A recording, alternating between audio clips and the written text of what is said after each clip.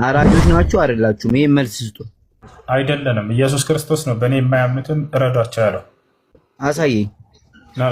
ሉቃስ ወንጌል ምዕራፍ 19 ቁጥር 27 ያው ነገር ግን እነዚያን በላያቸው ልነግስ ያልወደዱትን ጠላቶችን ወደዚህ አምጧቸው፣ በፊቴም ምን አድርጓቸው አለ? ምን አድርጓቸው አለ? እረዷቸው ይላል እስልምና ብሎ ያው ኢየሱስ ክርስቶስ እረዷቸው እንዳለ ሲያይ ጊዜ ደንግጦ ሄደ። ምክንያቱም አያሳያቸውም እንዲህ አይነት ጥቅስ። ስለአንተ ብሎ ሙቶልሃል ልመን ነው በቃ አለቀ። ኢየሱስ ጌታ ነው ይላሉ፣ ኢየሱስ ፍቅር ነው ይላሉ፣ አለቀ። ያው እረዱ ኢየሱስ ክርስቶስ ነገር ግን እነዚያን በላያቸው ልነግስ ያልወደዱትን ጠላቶችን ወደዚህ አምጧቸው፣ በፊቴም እረዷቸው አለ።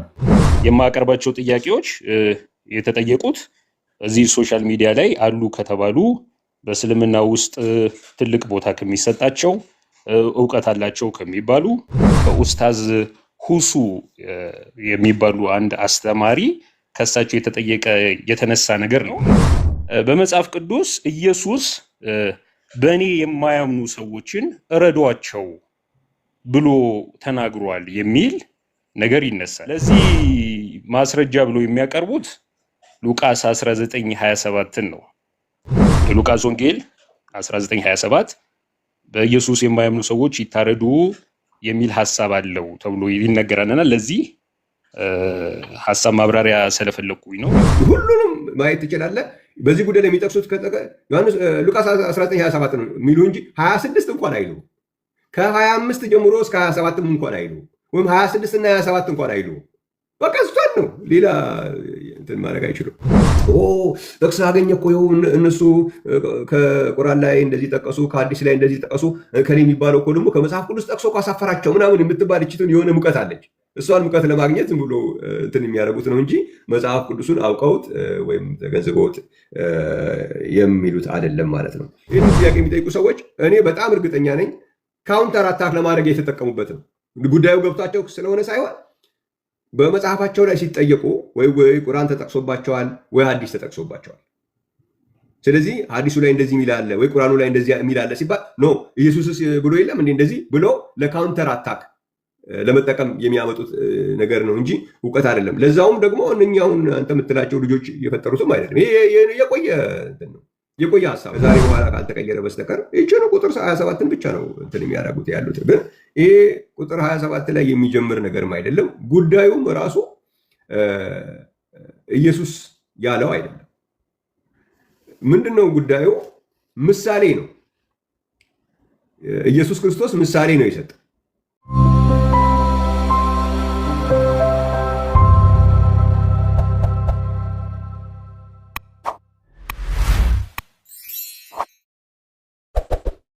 ሰላም ብያለው ፓስተር ቤኪ፣ ሰላም ላንተ ይሁን።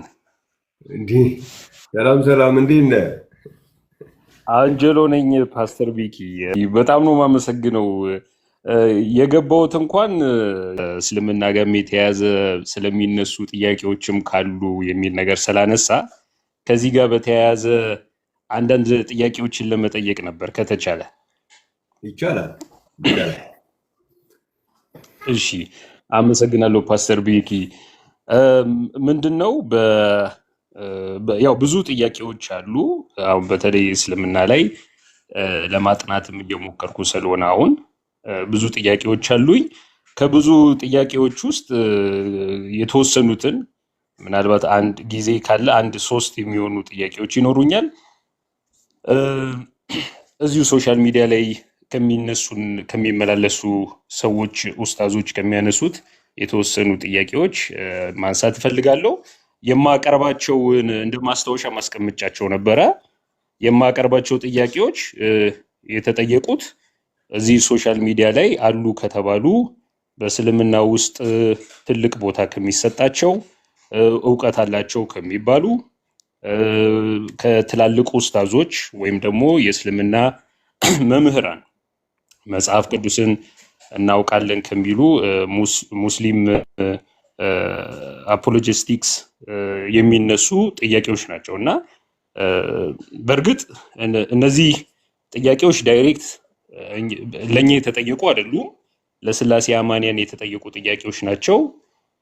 ቢሆንም እንደ ክርስቲያን የመጽሐፉ አማኝ ደግሞ ስለሆንኩ ለስላሴ አማኞች ሙስሊሞች የጠየቁት ጥያቄ እንደ ክርስቲያንና እንደ መጽሐፍ ቅዱስ አማኝ እኔም ጋር እንዲመለስልኝ የምፈልጋቸው ጥያቄዎች አሉ። የመጀመሪያው ጥያቄ ምንድን ነው? ማስታወሻ ላይ አስቀምጫለሁ። በዚህ በቲክታክ ፕላትፎርም ላይ ከሚታወቁ ትልቅ አስተማሪ ከሆኑ ከኡስታዝ ሁሱ የሚባሉ አንድ አስተማሪ ከሳቸው የተጠየቀ የተነሳ ነገር ነው። ምንድነው? በመጽሐፍ ቅዱስ ኢየሱስ በእኔ የማያምኑ ሰዎችን እረዷቸው ብሎ ተናግሯል የሚል ነገር ይነሳል። በመጽሐፍ ቅዱስ ውስጥ እኚህ ኡስታዝ ምን ብለው ያስተምራሉ ወይ ይናገራሉ? በመጽሐፍ ቅዱስ ኢየሱስ በእኔ የማያምኑ ሰዎችን እረዷቸው ብሎ ተናግሯል የሚል ነገር ይነሳል። ለዚህ ማስረጃ ብሎ የሚያቀርቡት ሉቃስ 19:27 ነው። ሉቃስ ወንጌል 19:27 ላውጣውና ላንብበው። የሉቃስ ወንጌል 19:27 በኢየሱስ የማያምኑ ሰዎች ይታረዱ የሚል ሐሳብ አለው ተብሎ ይነገራልና ለዚህ ሐሳብ ማብራሪያ ስለፈለኩኝ ነው። የመጀመሪያው ጥያቄ እሱ ነው። ላንብበው። ሉቃስ ወንጌል 19:27 ነገር ግን እነዚያ በላያቸው ልነግስ ያልወደዱትን ጠላቶቼን ወደዚህ አምጧቸው፣ በፊቴም እረዷቸው ይላል። ይህንን እየተናገረ ያለው ኢየሱስ ነው የሚል ነገር ይነሳልና እዚህ ጋር ምናልባት ሰዎች መልስ አልሰጡበትም። ጥያቄው ዳይሬክት እኛን ባይመለከትም ለስላሴ አማኞች የቀረበ ቢሆንም ምናልባት ፓስተር ቤኪ እዚህ ላይ ማብራሪያ ስጠኝና ሌላም ሌላ ጥያቄ ያለኝ ሁለት ጥያቄ ወደሱ መለሳለሁኝ። ፓስተር ቤኪ። እሺ፣ በጣም አመሰግናለሁ። እንግዲህ እንደዚህ አይነት መጽሐፍ ቅዱስ ላይ የሚነሱ ጥያቄዎች የሁላችንም ናቸው ማለት ነው። መጽሐፍ ቅዱስ ላይ የሚጠቀሰው ጥያቄ የሁሉም ነው። መጽሐፍ ቅዱስን እንደ ክርስቲያን ማለት ነው። ምንድን ነው እኔ እንደታዘብኩት ማለት ነው እንደዚህ አይነት ወገኖች የመጽሐፍ ቅዱስ እውቀት አላቸው የሚባሉት እንደነዚህ አይነት ነገሮች የተቀመጡ አሉ ማለት ጥቅሶቹ አንድ ብሎ እንዲህ ይላል ተብሎ የተሰጣቸዋል።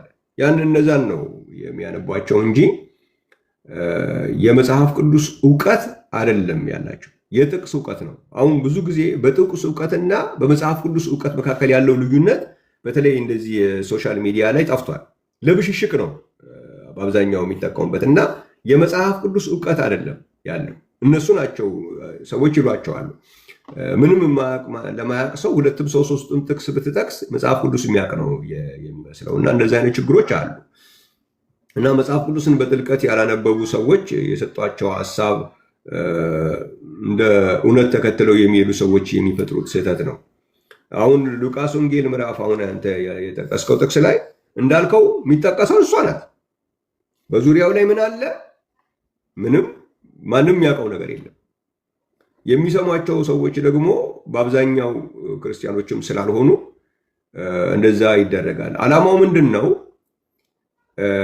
ምናልባት እንደሚመስለኝ ማለት ነው እኔ ካለኝ ልምድ ማለት ነው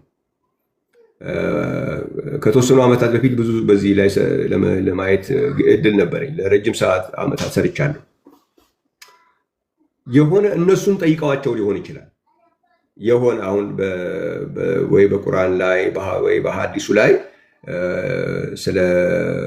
ስለ መግደል ስለ ማረድ ምናምን እንደዚህ የጠየቋቸው ጥያቄዎች ሊኖሩ ይችላሉ።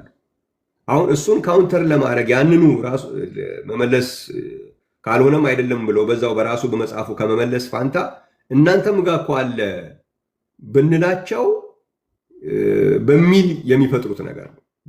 በመከራ ሲፈለግ የሚገኝ ማለት ነው። እና ይሄ አዲስ ተገኝቷል ያውም ኢየሱስ ነው ያለው በሚል ጠቅሷል። አንተም ወደፊትም መታዘብ ትችላለህ።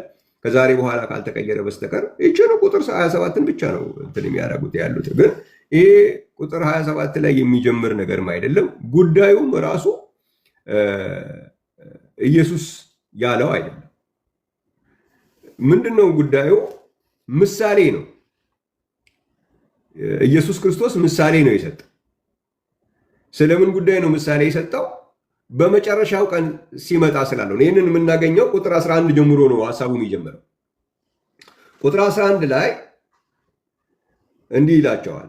እነርሱም ይህንን ሲሰሙ ወደ ኢየሩሳሌም መቅረቡ ስለሆነ የእግዚአብሔር መንግሥት ፈጥኖ ሊገለጥ እንዳለ ስለመሰላቸው ምሳሌ ጭምር ተናገረ ይላል። ሰዎቹ መሰላቸው የእግዚአብሔር መንግሥት ሊገለጥ ነው ብሎ እዛ ሐሳብ ውስጥ ስለገቡ ምሳሌ ነገራቸው ነው እንጂ ሊትራል አይደለም። የሚፈጸመውም አሁን አይደለም። የራሱ የምሳሌውን ይዘት ብናየው የሚፈጸመውም አሁን አይደለም። ገና ወደፊት ስለሚሆን ነገር የተነገረ ነገር ነው። በምንድን ነው የምናውቀው? ምን ይላል? ምሳሌ ተናገረ እና ምሳሌው በምንድን ነው የተሰጠው? ስለዚህም እንዲህ አላቸው፣ አንድ መኮንን ለራሱ መንግስትን ሊመልስ ወደ ሩቅ አገር ሄደ ብሎ ነው። አንድ መኮንን፣ ኢየሱስ መኮንን ነው እንዴ? ስለዚህ በአንድ መኮንን ስላደረገው ነገር ምሳሌ አድርጎ ነው ያመጣው። ምሳሌ ደግሞ የአንድ ሊነገር ለተፈለገው ዋና ሐሳብ ዋና ክፍል አይደለም፣ ገላጭ ነው። ያ ዋናውን ነገር ለመግለጥ ነው የምትጠቀምበት እንጂ ኤግዛክት አይደለም። ምሳሌ የጉዳዩ ኤግዛክት አይደለም፣ ምሳሌ ነው ነገሩ። ስለዚህ ገና ምሳሌ ስል ያበቃል። እነኚህ ሰዎች ግን ምሳሌ የሚለውን አያነቡላቸውም። ለሚያነቡላቸው ሰዎች ሉቃስ ምዕራፍ 19 ቁጥር 27 አውጡ ነው የሚል በቃ እንጂ ምሳሌ መሆኑን ቢያነብላቸው በቃ ነገሩ ይፈርሳል። ግን እሱን አያሳዩቸውም። እነሱም አንብቦት አያነቡትም። ምክንያቱም ኢንተርኔት ላይ ራሱ ሰርች ብታደርገው ልታገኘው የምትችለው ነገር ነው። እንዲህ ኢየሱስ ክርስቶስ እንደዚህ ብሎ የተናገረበት አለ ብለህ ብትል ምሳሌ 19:27 ላይ ብሎ ይሰጠዋል። ከዛች ላይ ትወስዳለች። በቃ እሷን ነው የሚያነቡ። እዚህ የመጽሐፍ ቅዱስ እውቀት አይደለም የምልህ ለዚህ ነው። እንዲህ አይነት ችግር የሚመጣው ከመጽሐፍ ቅዱስ እውቀት ሳይሆን የጥቅስ እውቀት ነው ያላቸው። ከአንዳንድ ነው የሚጠቅሱልህ። ምሳሌ 19:27 በቃ ማነው ሉቃስ 19:27 እሷ ናት። ግን እያንዳንዱን ነገር ብታየው አሁን ስለመሰላቸው ምሳሌ ጭምር ተናገረ የሚል እናገኛለን። ሁለተኛ በዚህ ቦታ ላይ አንድ መኮንን ነው በምሳሌነት የቀረበው። ስለዚህ መኮንን የሚባል ኢየሱስ መኮንን አይደለም፣ ምንም አይገናኝም ማለት። ስለራሱ ከሆነ በአንድ መኮንን ሊመስል አይችልም። እሱ በአንድ መኮንን አይደለም። ስለራሱ ስለ ይሄ ጉዳይ የሚያሳየው ያው የፍጻሜውን ጊዜ መሆኑ ምሳሌነት አለው። ግን ሊትራሊ ስትወስደው ኢየሱስ መኮንን አይደለም። አንድ ሁለተኛ እዛ ላይ የምታየው ነገር ደግሞ ምንድን ነው? ኢየሱስ ከሄደ በኋላ ይላል። አሁን እናንብበውና ምን ይላል? ስለዚህም እንዲህ አላቸው፣ አንድ መኮንን ለራሱ መንግስትን ይዞ ሊመለስ ወደ ሩቅ አገር ሄደ። 10 ባሪያዎችን ጠርቶ 10 ምናን ሰጣቸውና እስክመጣ ድረስ ነግዱ አላቸው። አሁን የሚናገርበትን ቃልም ስትመለከት ሙሉ በሙሉ የእሱን እንዳይደረግ ስለሚፈለግ በሙሉ አላቸው፣ አለው፣ እንዲህ አላቸው ነው የሚለው። አልኩኝ አይልም። ኮምፕሊትሊ የዚህ ምሳሌ ባለቤት ሌላ ነው። አመልካችነቱ ግን የዚህ ምሳሌ የክርስቶስን ዳግመኛ ምጽአት የሚያመለክትበት ምልከታ አለው። የዚህ ታሪክ ዋና ባለቤት ግን ኢየሱስ አይደለም። እዚህ ጋር ለምሳሌነት ነው ይሄ ታሪክ የቀረበው። የአንድ መኮንንን ታሪክ ምሳሌ አድርጎ ለማስረዳት ነው ያመጣው ማለት ነው። እስክመጣ ድረስ ነግዱ አላቸው። የአገሩ ሰዎች ይጠሉት ነበርና ይህ በላያችን ሊነግስ አንወድም ብለው በኋላው መልእክተኞችን ላኩ ይላል። አሁን ኤግዛክት ስለ ክርስቶስ ነው ብሎ የሚያስቡ ከሆነ እዚህ ቦታ ላይ ምንድን ነው የሚለው?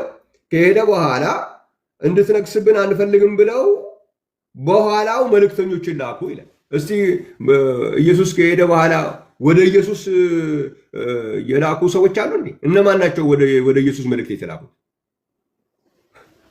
ኢየሱስ እኮ ወደ መንደር እኮ አይደለም ሄደው። ቀበሌ 01 ያለ ነው የሚመስላቸው? ቀበሌ 01 እኮ አይደለም ሄደው፣ ወደ ሰማይ ነው ሄደው። እነኚህ ሰዎች እኮ እሱ ከሄደ በኋላ ምን አደረጉ ነው የሚለው? በኋላው መልእክተኞች ላኩ ይላል። ወደ ማን? ወደ መኮንኑ። አሁን ይሄ ነገር ኢየሱስ ነው ብሎ ያለ ሰው ወደ ኢየሱስ የተላኩ መልእክተኞች እነማን ናቸው እስቲ ንገሩን መባል አለባቸው። አይነግሩም፣ አያውቁትም፣ የለምም። ደግሞ መልእክተኞች ከሰማይ ወደ ምድር ይላካሉ እንጂ ከምድር ወደ ሰማይ እስኪ ሂዱና አሁን ወደ ኢየሱስ ጋር ሂዱና ንገሩልን ተብሎ የተላኩ መልእክተኞች አሉ? የሉም።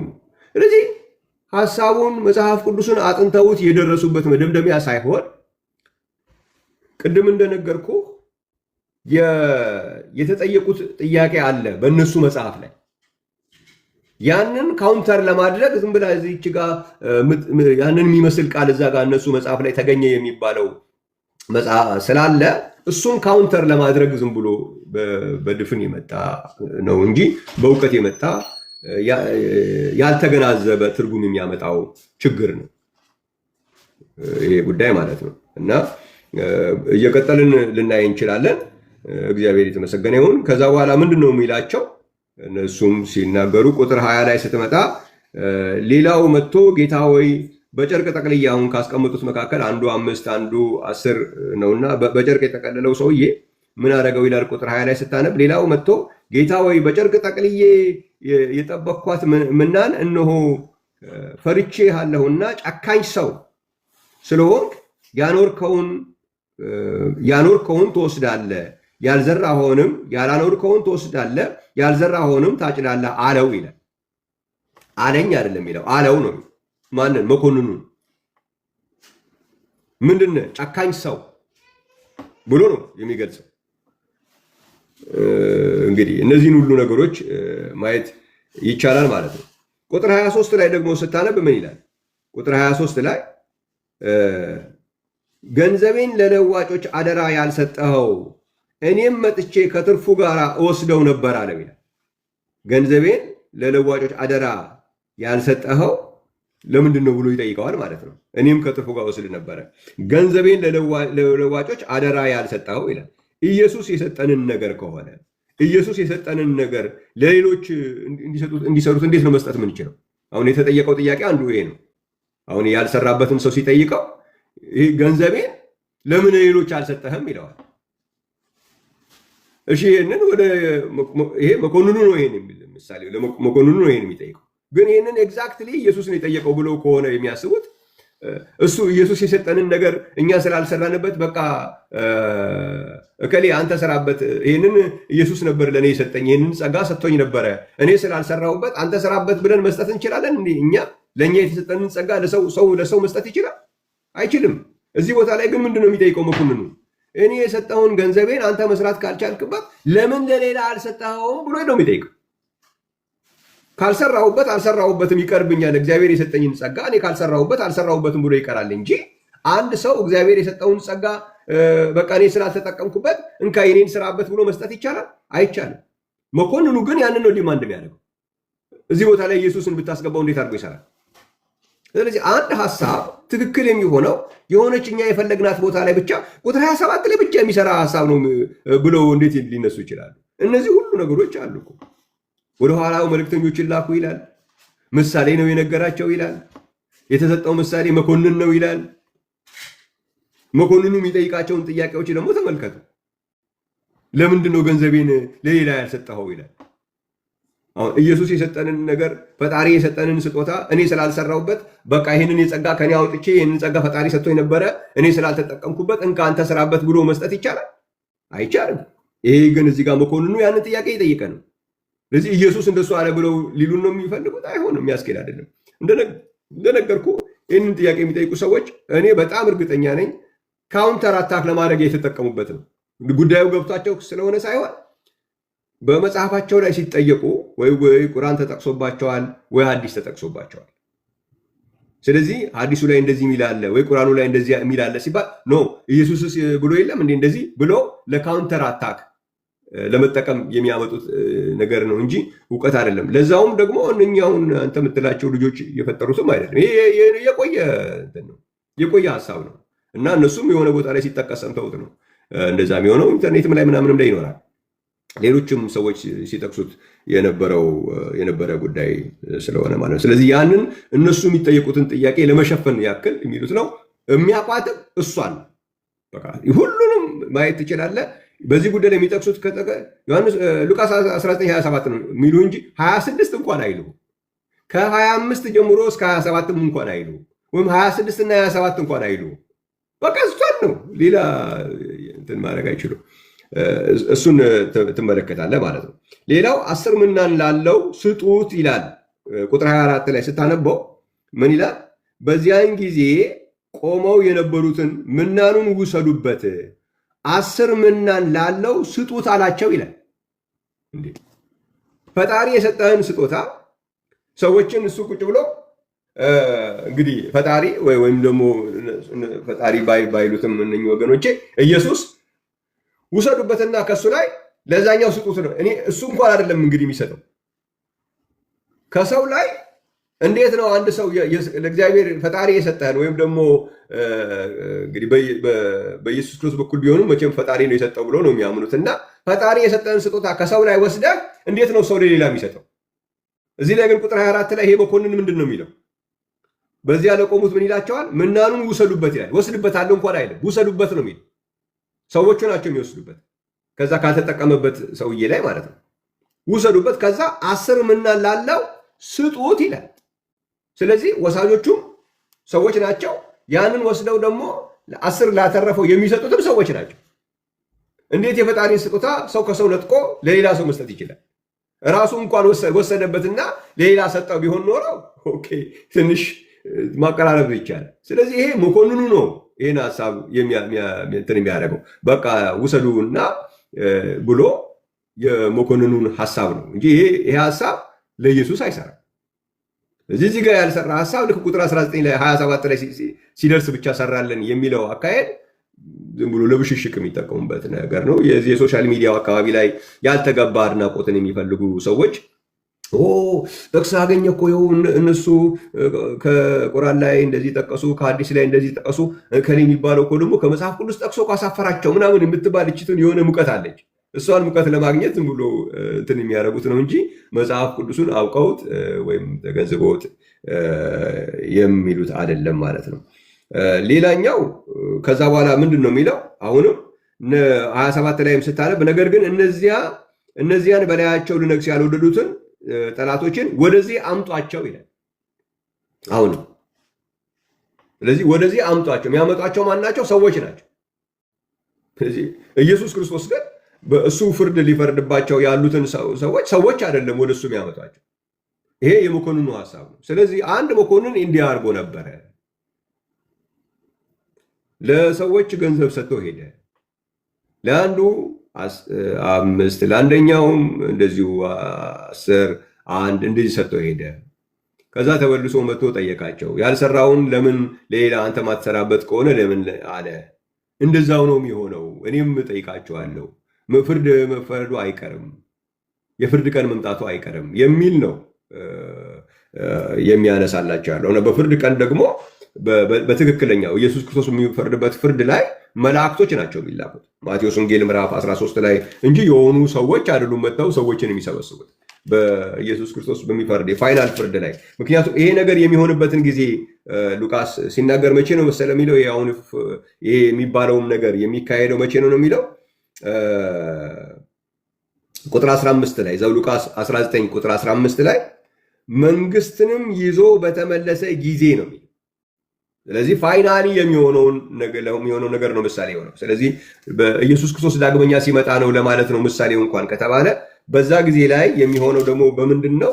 የኢየሱስ ክርስቶስ በማቴዎስ ወንጌል ምዕራፍ 13 ላይ ማቴዎስ ምዕራፍ 13 ቁጥር 49 ላይ 13 49 ምንድን ነው የሚለው? በዓለም መጨረሻ እንዲሁ ይሆናል። መላእክት መጥተው ኃጢአተኞችን ከጻድቃን መካከል ይለዩዋቸዋል ይላል። ስለዚህ መላእክቶች ናቸው የሚለዩዋቸው እንጂ በሰው በኩልም የሚከናወን አይደለም። ይሄ ግን እዚህ መኮንኑ ግን ሰዎች ናቸው። ሰዎችን አምጧቸው ብሎ ይላል። ከዛ ረዷቸው ብሎ ያዛል ማለት ነው። እና ይህንን እንደዚህ ብሎ አዘዘ አንድ መኮንን ብሎ ያንን የመኮንኑን ምሳሌ ነው ያመጣ። ይህንን ያዘዘውን መኮንኑ ነው። እነዚህ አይነት ያደረጋቸውም ታሪኮቹ በጠቅላላ ብንወስዳቸው ቀጥታ ከኢየሱስ ክርስቶስ ጋር እናላከ ቢባል የሚያዋጣ አይደለም። ስለዚህ ይሄ መጽሐፍ ቅዱስን የማያውቁ ጥቅስን አንድ የሆነ ጥቅስ የተሰጣቸውን ጥቅስ ይዘው የሚመጡ ሰዎች የሚናገሩት ንግግር ነው እና ይሄ ወዳጃችን እንግዲህ ቀስ ብሎ እንዲያነብና አንድ ጥቅስ ላይ ብቻ ፎከስ ማድረግ ትክክል ስላልሆነ በሙሉ ሐሳቡን ቢያንስ ሙሉ ሉቃስን እንኳን ባያነበው ይሄ ታሪኩ የጀመረበትን ከቁጥር 11 ጀምሮ እንኳን ማንበብ አለበት ብዬ ነው የምጋብዘው። አንጀሎ ቴንክ ዩ።